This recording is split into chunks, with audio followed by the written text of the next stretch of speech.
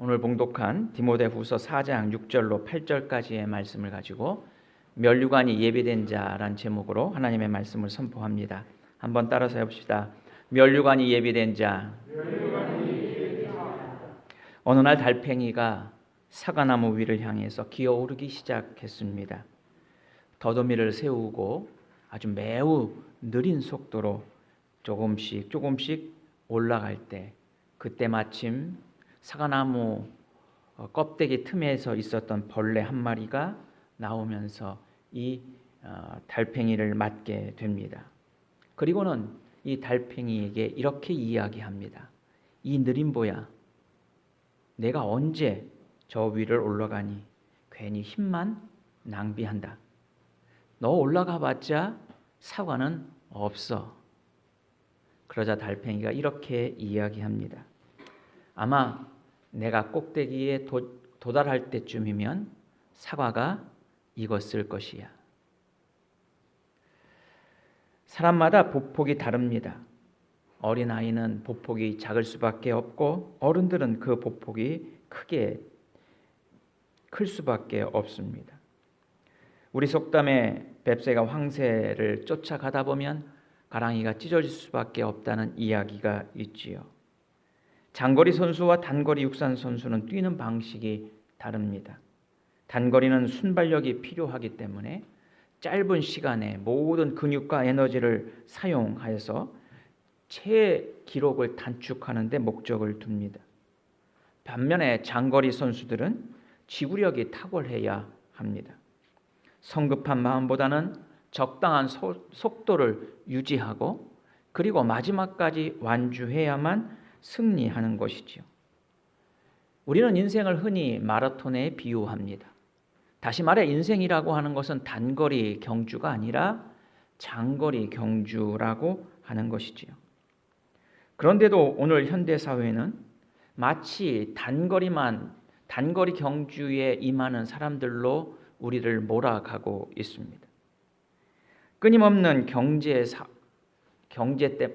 때문에 우리는 끊임없는 속도전에 내어 쫓기고 있는 것이지요. 속도전뿐이 아닙니다. 더 속도전보다도 빨리 추월해 갈 것을 이야기하고 있는 것이 오늘 우리 시대의 모습입니다. 우리의 일정한 보폭, 우리의 일정한 속도를 잃어버리면 균형이 무너지고 그 경기에서 완주할 수 없게 되는 것이 장거리 경기의 특징이지요. 우리의 신앙의 균형들은 어떻게 유지하며 살아가고 있습니까? 세상은 끊임없이 우리를 빨리 조급함으로 우리를 유혹하고 있습니다. 마귀는 우리를 조급함으로 유혹합니다. 반면에 하나님은 하나님의 놀라운 은혜와 섭리로 막힘없이 느긋하게 하나님의 놀라운 섭리를 이루어 가시는 분이 하나님이시지요. 리차드 포스터는 조급함은 마귀적인 것이 아니라 마귀다라고 이야기할 만큼 세상은 끊임없이 조급함의 유혹 가운데 우리가 놓여 있음을 말하고 있습니다. 그러나 성경을 보면 하나님이 쓰시는 사람은, 하나님이 원하시는 사람들은 한결같이 오랜 시간 동안의 준비와 오랜 시간의 경주를 완성한 자들임을 우리는 보게 됩니다. 하나님은 요셉을 정금같이 쓰시기 위해서 그를 13년 동안 종살이와 옥살이로 그들을 훈련시켰습니다. 또한 하나님은 위대한 이스라엘 백성들을 애굽에서 구원하시기 위하여 위대한 지도자인 모세를 40년 동안 광야에서 훈련시키셨고, 그리고 그 40년이 지난 후에 가나안 땅에 들어가지 못하는 결과를 가져오게 했지요. 하나님은 여호수아를 쓰시기 위해서 모세의 종으로서 40년 동안 모세를 보필하며 살아가도록 인도하셨습니다. 사랑하는 성도 여러분, 우리는 하나님을 믿는 하나님의 자녀들입니다. 우리는 이제 거룩한 백성이 되었습니다. 하나님의 거룩한 신분의 소유자가 되었습니다. 우리의 구원은 예수 그리스도를 믿는 믿음으로 시작되지만 우리의 거룩함과 신앙의 완성은 끊임없는 장거리 경주를 달려가는 사람처럼 우리가 끊임없이 경건한 모습으로 영적인 신앙 훈련을 지속적으로 감당할 때만 우리는 거룩한 백성으로 살아갈 수 있게 된다는 것이지요. 오늘 본문 디모데후서의 말씀은 사도 바울이 두 번째로 로마 감옥에 갇혔을 때 그의 영적인 아들 디모데에게 보낸 편지의 내용입니다. 오늘 본문의 말씀을 잘 보면 당시의 시대 상황들의 모습들이 반영되어 있습니다. 이제 11월이면 월드컵이 전 세계를 들끓게 만들 것입니다. 4년마다 이루어지는 월드컵, 그리고 4년마다 이루어지는 올림픽, 우리는 그 체육의 제전들을 매우 흥미롭게 바라보지요. 오늘 본문의 말씀의 배경은 당시 고대 올림픽이 그 사회를 완전히 지배하고 있었던 시대입니다. 고대 올림픽이라고 하는 것은 단순한 스포츠와 경기가 아니라 당시의 최고의 신 제우스 신에게 드려지는 종교 행위였습니다. 그래서 로마가 기독교 국가가 되고, 그리고 394년에 로마 황제가 고대 올림픽, 다시 말해서 제우스 신을 섬기는 그 종교 행위 자체를 금지함으로 고대 올림픽은 막을 내리게 됩니다. 그 고대 올림픽이 막을 내리기 전까지 이 고대 올림픽은 사람들의 기대하는 아주 놀라운 축제였습니다. 왜냐하면 그 올림픽에서 우승하는 사람은 평생 먹고 살 만큼의 모든 것이 보장되었기 때문입니다. 사도 바울은 모든 사람들이 알고 있는 이 올림픽, 지금처럼 올림픽에 수많은 종목이 있는 것이 아니라 단순한 올림픽, 레슬링과 육상, 이 정도 하고 있는 그 단순한 고대 올림픽의 상황들을 오늘 본문의 말씀에 적용하고 있지요. 우리가 하나님의 사람으로 어떻게 살아가는 것이 정말 하나님이 예비하신 면류관을 받는 자로서의 삶을 살아갈 수 있을까요? 사도 바울은 오늘 본문에서 세 가지를 이야기하고 있습니다. 나는 6절 말씀에 보면 전제와 같이 내가 벌써 부어지고 나의 떠날 시간이 가까웠도다. 7절에 나는 선한 싸움을 싸웠다 말하고 있습니다. 우리가 하나님의 의의 면류관, 생명의 면류관, 승리의 면류관이 예비된 자로서의 삶은 우리는 먼저 선한 싸움을 싸우는 자가 되어야 한다라고 하는 것이지요. 6절에 보면 전제와 같이라고 말하고 있습니다. 전제라고 하는 것은 바로 뭐냐? 붙는다라고 하는 뜻이에요. 다시 말해서 하나님 앞에 드려지는 제물에 그 제물에다가 기름을 붓거나 혹은 포도주를 붓거나 하는 행위, 다시 말해 별도의 제사가 아니라 기존의 제물을 드리는 제사 전에 붓는 행위를 통해서 드리는 것이 전제예요. 결국 포도주를 붓고 기름을 붓는 그 모든 행위, 붓는 행위를 통해서 이 제물을 위해서 모든 것을 헌신하고 희생하는 그 의미를 담겨져 있는 것이 전제이지요. 사도 바울은 이렇게 고백합니다. 나는 전제를 위해서, 제물을 위해서 아낌없이 쏟아부은 포도주와 같은 삶을 살아왔다. 나는 온 삶을 희생하며 내 온 삶을 하나님의 영광을 위해서 헌신하며 살아온 자들이다. 내가 그렇게 헌신하며 살아왔었던 모습은 어떤 것이냐? 그 첫 번째가 바로 선한 싸움을 싸웠다라고 하는 것이지요. 선한 싸움을 싸웠다라고 하는 것은 당시에 고대 올림픽 가운데 사람들이 다 잘 알고 있는 레슬링과 관계된 것입니다.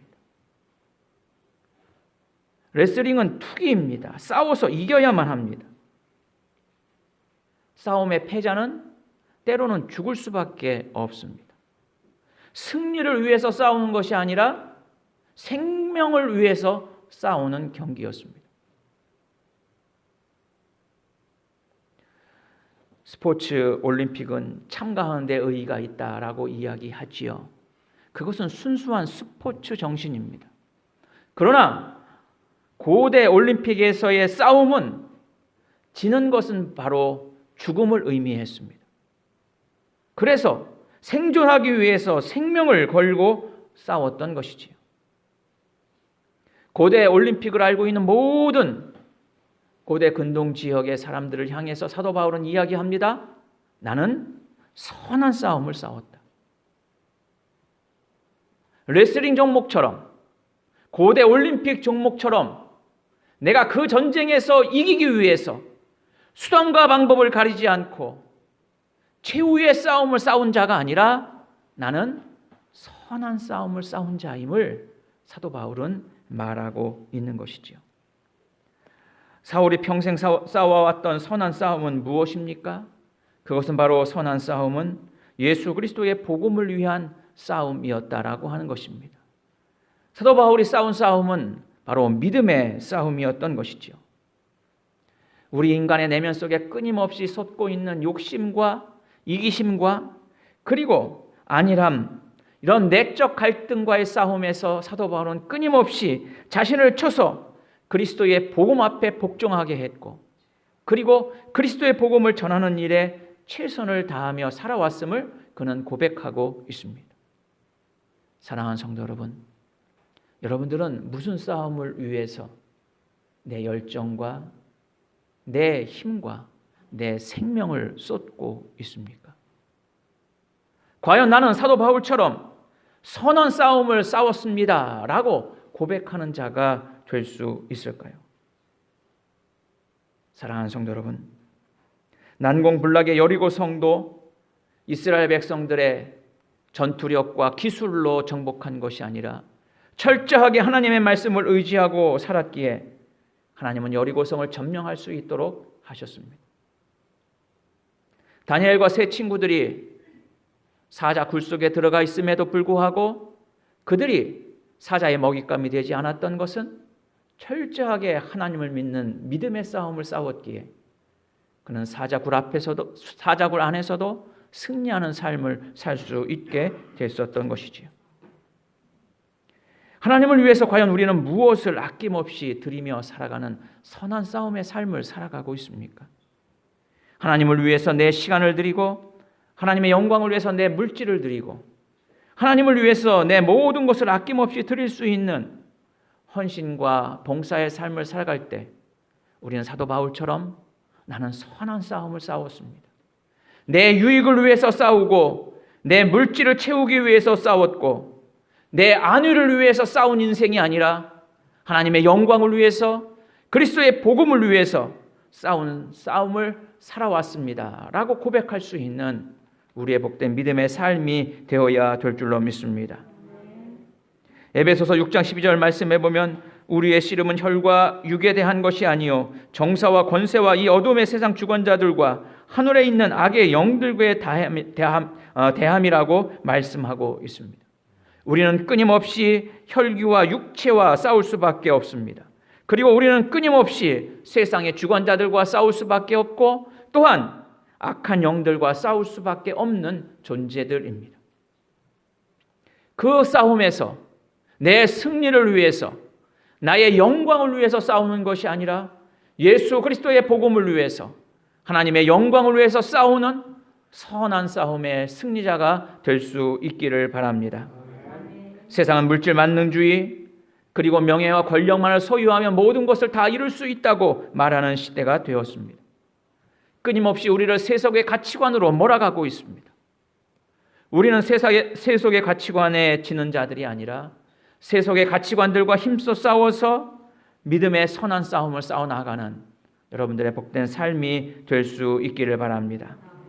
악하고 이기적인 싸움이 아니라 복음과 예수 그리스도의 사랑을 위해서 끊임없이 선한 싸움을 싸웠던 사도 바울처럼 선한 싸움에 믿음의 일꾼들로 살아가는 여러분들의 복된 삶이 될 수 있기를 바랍니다. 두 번째로 사도 바울은 예비된 면류관을 위해서 나의 달려갈 길을 마쳤다라고 고백하고 있습니다. 하나님이 예비해 주신 면류관을 위해서 살아가는 믿음의 사람들의 두 번째 삶의 방법은 바로 나의 달려갈 길을 맞춰야 한다라고 하는 것이지요. 달려갈 길이라고 하는 것은 정해진 경주 코스를 의미합니다. 이 달려갈 길을 마쳤다라고 하는 것은 당시의 고대 올림픽의 육상 경기를 비유하면서 사도 바울이 이야기하고 있는 것이지요. 육상 경기는 단순히 출발점에서 골인 지점까지만 도착하면 승리자가 되는 것이 아닙니다. 정해진 코스로 달려가야 하지요. 달려갈 길을 맞춰야 한다라고 하는 것입니다. 달려갈 길을 달려가야 한다라고 하는 것이지요. 달려갈 길이라고 하는 것은 무엇입니까? 그것은 하나님께서 우리 믿음의 사람들에게 부여한 사명입니다. 마치 운동선수들이, 마라톤 선수들이 정해진 길을 가야 하는 것이 그 선수들에게 주어진 것처럼 하나님께서는 우리 믿음의 사람들이 가야 할 길, 사명을 우리에게 허락해 주셨다라고 하는 것이죠. 단순히 우리는 달려갈 길을 가는 것뿐만이 아니라 그 길을 마치도록 마지막까지 완주할 수 있도록 달려갈 수 있어야 한다라고 하는 사실입니다. 사도 바울은 오늘 본문의 말씀은 로마 감옥에서 이제 자신의 생이 끝나며 자신의 삶을 정리하는 상황에서 디모데에게 편지를 하고 있습니다. 자신의 삶을 돌아볼 때 자신은 나의 달려갈 길을 마쳤다라고 고백하고 있습니다. 우리 인생의 삶 가운데서는 때로는 수많은 장애물들이 우리 앞에 놓여 있습니다. 우리는 그 장애물 앞에 넘어져서 무릎이 깨어지고 부상을 입을 수도 있습니다. 그래서 때로는 그 완주하지 못하고 그 경기에서 중간에 포기하는 자로 살아갈 수도 있습니다. 그럴 때마다 사도 바울은 새 힘을 주시고 새로운 목표를 향해서 끊임없이 달려갔음을 고백하고 있는 것이지요. 오늘 봉독하진 않았지만 17절 하반절 말씀에 보면 사도 바울은 이렇게 고백합니다. 17절 하반절에 보면 내가 사자의 입에서 건짐을 받았느니라. 다니엘과 같이 사자의 입에서 건짐받은 것이 아니라 여기서의 사자라고 하는 것은 당시 기독교를 핍박하는 로마의 황제를 말하고 있습니다. 그 로마의 황제로부터 받는 엄청난 박해, 그 박해 가운데에서도 자신은 건짐을 받았다라고 하는 것이죠. 어떠한 환난과 핍박도 내가 끝까지 완주하는 내 길을 나를 넘어뜨리지 못하였음을 사도 바울은 고백하고 있는 것입니다. 1968년 멕시코 시티에서 올림픽 때 있었던 일입니다. 올림픽의 꽃이라고 하는 마라톤. 이 마라톤이 올림픽의 대부분 마지막 경기를 장식합니다. 그리고 그 경기가 끝나면 곧바로 시상식과 폐회식이 이어지던 시기였습니다. 1등한 선수를 비롯해서 그 마라톤에 참가했던 모든 선수들이 하나둘씩 결승선을 향해서 들어오기 시작합니다. 그리고 시상식이 끝난 후에 1시간이 지났는데 이상한 사건이 벌어졌습니다. 마라톤 경기가 끝난 줄 알았는데 한 선수가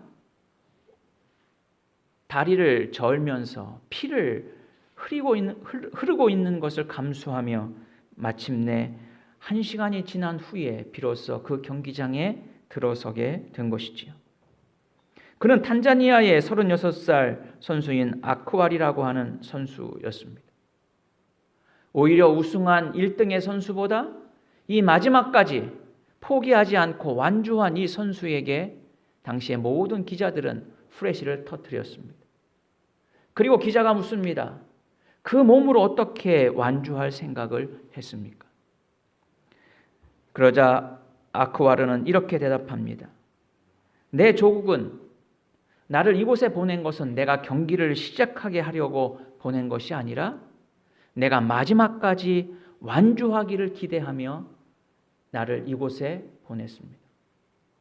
사랑하는 성도 여러분, 하나님께서는 우리를 하나님의 사명을 감당하기 위해서, 아니 하나님의 사명을 마지막 순간까지 우리가 결코 포기하지 않고 완주하도록 하기 위해서 우리를 이 땅에 보내신 줄로 믿습니다. 그러므로 때로는 환난이 오고 역경이 오고 내가 넘을 수 없는 큰 장애물 앞에 내가 넘어진다 할지라도 그때마다 우리에게 새 힘과 용기를 주시는 전능하신 하나님의 능력을 힘입고 하나님이 주신 사명을 믿음으로 감당하는 여러분들의 복된 삶이 될 수 있기를 바랍니다. 사도 바울처럼 나는 나의 달려갈 길을 마쳤습니다. 나는 하나님이 주신 사명을 완수했습니다. 나는 하나님이 주신 사명을 감당하기 위해 완주했습니다. 이렇게 고백할 때 하나님께서 예비하신 의의 면류관, 생명의 면류관, 승리의 면류관을 쓰는 여러분들의 복된 삶이 될 수 있을 것입니다. 사도 바울은 마지막으로 세 번째로 이야기합니다. 7절 하반절에 나는 믿음을 지켰다 말하고 있습니다. 믿음을 지켰다라고 하는 것은 무엇입니까? 내가 싸움의 승리자가 되었고 내가 완주를 했다 할지라도 내가 믿음을 포기했다면 나는 하나님이 주시는 면류관을 받을 수 없는 존재임을 고백하고 있는 것이죠. 다시 말해서 사도 바울은 자신의 싸움의 승리자, 완주하며 달리기 경주의 승리자가 되었다 할지라도 자신은 철저하게 경기 규칙을 지키고 그리고 온전한 방법으로 자신은 승리자가 되었음을 말하고 있는 것입니다. 사탄은 끊임없이 우리를 부정한 방법으로 살아가도록 유혹하고 있습니다. 세상은 우리를 끊임없이 부당한 방법으로, 부정한 방법으로 살아가도 된다고 우리에게 유혹하고 있습니다. 그래서 믿음을 지키는 것보다 내 유익과 내 성취를 위해서는 믿음을 포기하고 살아가도록 세상은 끊임없이 우리를 유혹하고 있다는 것이죠. 예수님의 12제자였던 가룟 유다도 결국 욕망과 물질 때문에 예수님의 제자라의 길을 포기할 수밖에 없었습니다. 예수님의 위대한 제자인 베드로 역시도 여종의 물음 앞에, 위험 앞에서 그는 예수님을 부인할 수밖에 없었습니다. 세상은 끊임없이 우리를 물질과 욕망과 그리고 내가 소유할 수 있는 안위와 편안함으로 끊임없이 믿음을 포기하고 그것을 선택하도록 유혹하고 있습니다. 우리가 지켜야 할 것은 무엇입니까? 그것은 바로 믿음을 지키는 것입니다. 믿음을 지킨다는 것은 무엇입니까? 그것은 하나님의 영광을 위해서 내 유익과 다른 것을 포기할 수 있는 것, 그것이 바로 믿음이라고 하는 것이지요. 여러분들이 휴일인 주일 다른 것을 포기하고 하나님 앞에 예배할 수 있는 것은 여러분들이 믿음을 지켰기 때문입니다. 때로는 내가 손해를 보는 것 같지만 하나님이 기뻐하실 일을 선택한 것은 바로 내가 믿음을 지키는 삶을 사는 것입니다. 그러므로 믿음을 지키기 위해서 끊임없이 포기해야 할 것이 많음을 우리는 고백하지 않을 수 없는 것이지요. 그러므로 믿음을 지키기 위해서는 끊임없이 수많은 것을 포기할 수 있는 것, 그것이 바로 하나님이 예비해 놓으신 면류관을 향해 달려가는 믿음의 사람들의 모습이라고 하는 것입니다. 17세기 말 인도의 한 섬에 도도라고 하는 새가 살고 있었습니다. 그 섬에는 새들이 살기에 너무나도 좋은 여건이었습니다. 그것은 위협하는 천적이 없었기 때문입니다. 그리고 먹을 것은 지천에 널려 있었습니다. 힘들지 않게 날아가도 먹을 것이 있었고 천적에 없었기에 편안한 삶을 살아갈 수 있었습니다. 날개를 펴며 하늘을 날고 그리고 먹이를 구하는 수고를 할 필요가 없었던 것이지요. 하루는 모험가가 그곳에 도착했을 때 그 도도라고 하는 새를 보고는 놀랐습니다. 키는 웬만한 어린아이보다 크고 몸무게는 25kg가 되고 그 부리는 23cm가 되었습니다. 그러나 날개는 아주 짧아서 날 수가 없었던 것이지요. 결국 이 도도는 그곳에 정착한 사람들의 먹잇감이 되고 말았습니다. 이 도도는 너무나도 그 섬이 풍요로워서 날 필요가 없었던 것이지요. 사랑하는 성도 여러분, 우리는 우리의 삶이 편안하고 윤택해서 날개짓 할 필요 없는 믿음의 날개를 잃어버리고 있지는 않습니까?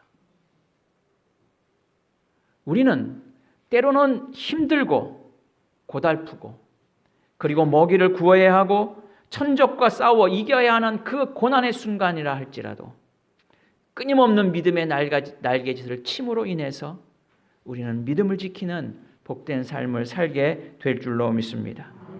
이렇게 선한 싸움을 싸우고 나의 달려갈 길을 마치고 믿음을 지켰을 때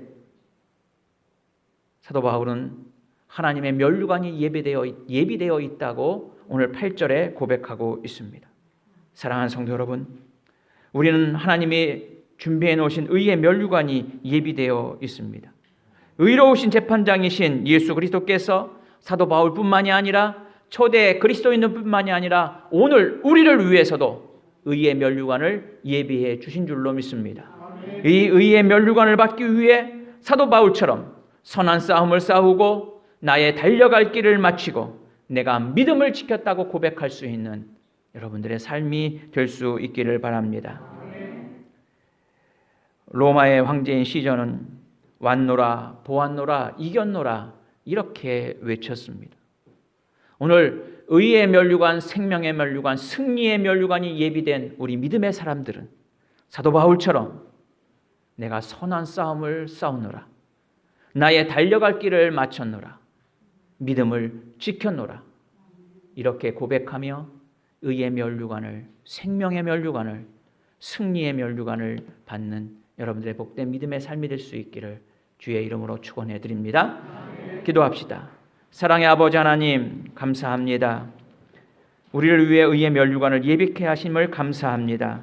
우리가 의의 면류관을 받기 위해 선한 싸움을 싸워 이기게 하시고 달려갈 길을 마치게 하시며 믿음을 지킴으로 하나님의 예비하신 면류관을 받는 은혜가 있도록 인도하여 주옵소서. 우리 주 예수 그리스도